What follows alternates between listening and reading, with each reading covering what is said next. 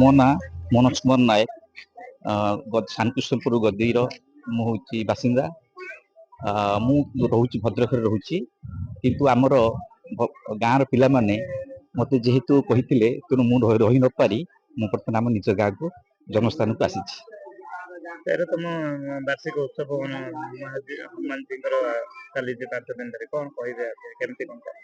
ମୁଁ ଭାବିନଥିଲି, ସେ ମୋର ଏଟା ଜନ୍ମସ୍ଥାନ, ମୁଁ ଭାବିନଥିଲି ଯେ ଆମ ଗାଁର ପିଲାମାନେ ଏ ପ୍ରକାର ଗୋଟେ ଭାବମୟ ପରିବେଶ ସୃଷ୍ଟି କରିବେ ଗଦି ଗ୍ରାମରେ।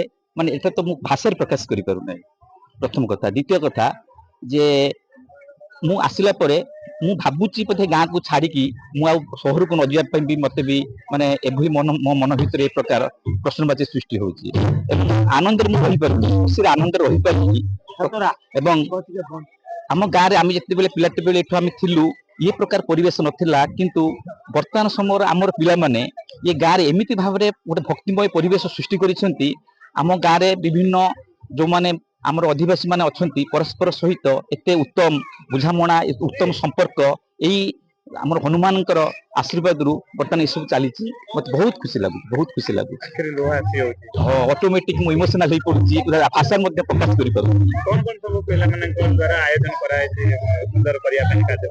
ହଁ, ପିଲାମାନେ ଏଭଳିଆ, ଏମାନେ ତ ଆଜିକୁ 13 ବର୍ଷ ଧରିକି କାମ କରି ଆସୁଛନ୍ତି।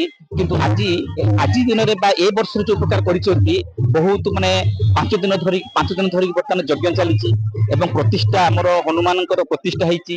ଏବଂ ଆମର ଯୋଉ କ୍ଲବର ପିଲାମାନେ, ଶ୍ରୀ ଗଣେଶ କ୍ଲବ ଯୋଉ ଆମର ଅଛି, ତେଣୁ ଏଇ ଶ୍ରୀ ଗଣେଶ କ୍ଲବ ଆନୁକୂଲ୍ୟରେ ଏ ଜିନିଷ ଗୁଡିକ ଭଲରେ ଚାଲିଛି।